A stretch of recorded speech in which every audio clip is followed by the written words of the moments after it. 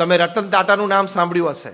2008માં જ્યારે તાજ અને ઓબેરોય ઉપર આતંકવાદી હુમલો થયો પછી એમણે જે એમના કર્મચારીઓ મર્યા એના પરિવારજનો માટે જે કર્યું છે એ કોર્પોરેટ જગતમાં એક અદ્વિતીય દાખલો થઈ ગયો. અને પીપલ સે only Tata can do it. એમણે કહ્યું કે મારે ત્યાં કર્મચારી મર્યો છે એનો આજીવન એટલે કે એના પરિવારને આજીવન એમનો જે પગાર હતો એ ચાલુ રહેવો જોઈએ. એટલે કે એમના પત્ની જીવે ત્યાં સુધી એ કર્મચારીનો પગાર દર મહિને એમના પત્નીના એકાઉન્ટમાં જમા થવો જોઈએ લાઈફ. જે કર્મચારી મર્યા છે એ તમામના સંતાનોની પૂર્ણ અભ્યાસની જવાબદારી ટાટા ટ્રસ્ટ લેશે. જે ઇન્જર્ડ થયા છે અને ગમે તેવો ખર્ચો થાય એ ટાટા ટ્રસ્ટ ભોગવશે. જે મૃત્યુ પામ્યા છે એમના સ્વજનોને અગ્નિ સંસ્કાર માટે બોલાવવાનો અથવા તો એમને એ મૃતદેહ પાછો પોતાના ગામ કે શહેરમાં લઈ જવો હોય તો આવવા જવાને પ્લેનના ભાડાની વ્યવસ્થા તમામ વ્યવસ્થા ટાટા કરશે. એ લોકો લેવા માટે આવે તો 1 રાત 2 રાત એમને રોકાવાનું થાય તો ટાટાની હોટલ્સમાં એ લોકોને 5 સ્ટાર હોટલમાં બધી ફ્રી સર્વિસીસ મળશે. જે મૃત્યુ પામ્યા છે એના પરિવારમાંથી એક વ્યક્તિને તાત્કાલિક એ યોગ્યતા હોય એટલે કે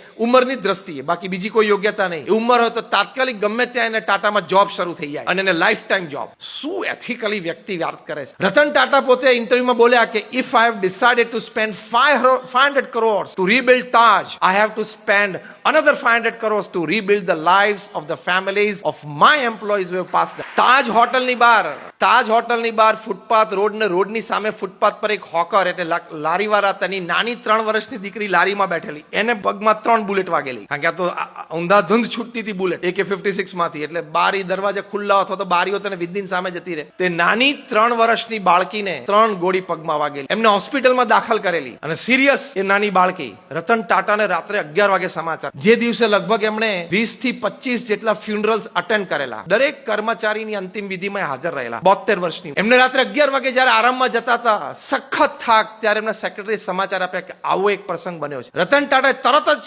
રીચેન્જ એટલે કપડા ચેન્જ કર્યા કે let's go to the hospital. એમના સેક્રેટરી કીધું કે સર આપણે કાલે જઈ શકીએ. આઈ વોન્ટ ટુ ગો નાઉ. મારે દીકરીને જોવા જવું છે. ત્યાં જઈને એમને ડોક્ટર સાથે ચર્ચા કરી. ડોક્ટરે કીધું કે 50% ચાન્સીસ છે બચવાના કારણ કે એજ બહુ નાની છે. 3 જ વર્ષનું આ બાળક છે. 3 ગોળીઓ પગમાં વાગી છે. અમે ગોળી તો કાઢી છે પણ ઇન્જરી અને બ્લડ લોસ જબરજસ્ત. રતન ટાટાએ કીધું કે તમે what best you can do for her. તો કે સર એને આઈસીયુ માં તાત્કાલિક એર એમ્બ્યુલન્સમાં જો લંડન લઈ જવામાં આવે તો આની માટેના સ્પેશિયાલિસ્ટ ડોક્ટર ત્યાં છે. રતન ટાટાએ સેક્રેટરીને કીધું air ambulance take off from Bombay within 1 hour. 1 કલાકમાં એર એમ્બ્યુલન્સ ઉપડવી જ જોઈએ.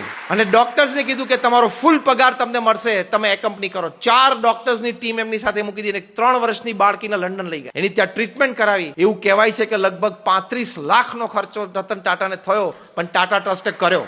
સે ધીસ ઇઝ એથિકલ પ્રોફેશનલિઝમ. પૈસાનો ખાલી જીવનમાં વિચાર નહીં કરવાનો. એક બહુ સરસ કોન્વોકેશન ડે માં રતન ટાટા બહુ સરસ બોલેલા. બી સ્કૂલનું કોન્વોકેશન ડે હતો એમાં બોલ્યા હતા.